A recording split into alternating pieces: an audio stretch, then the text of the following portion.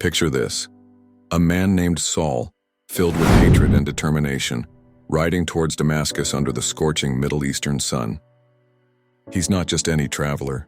He's a zealous persecutor of Christians, carrying official letters that give him the power to arrest anyone who follows Jesus.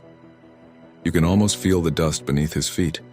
Hear the rhythmic sound of hooves as he and his companions make their way along the road. Saul's reputation precedes him.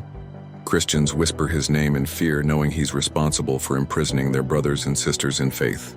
But fate had something extraordinary in store that day. Suddenly, out of nowhere, a light brighter than the midday sun explodes from the heavens. It's so intense that Saul falls to the ground, shielding his eyes. And then something even more incredible happens. A voice speaks from above. "Saul, Saul, why are you persecuting me?" Trembling, barely able to speak, Saul manages to ask, "Who are you, Lord?" The answer changes everything. "I am Jesus, whom you are persecuting."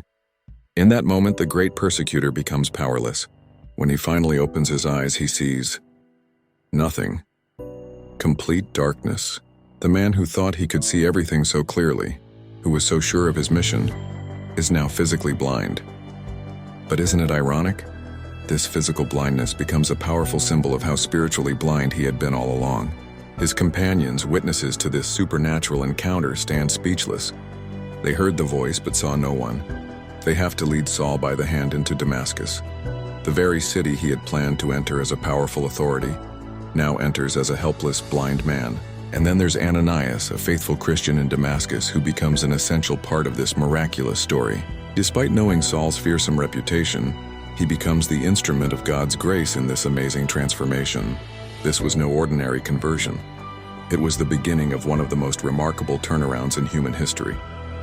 This dramatic encounter on the Damascus road didn't just change one man's life. It would eventually change the course of history itself. The fierce persecutor would become Christianity's most influential apostle, known to us as Paul,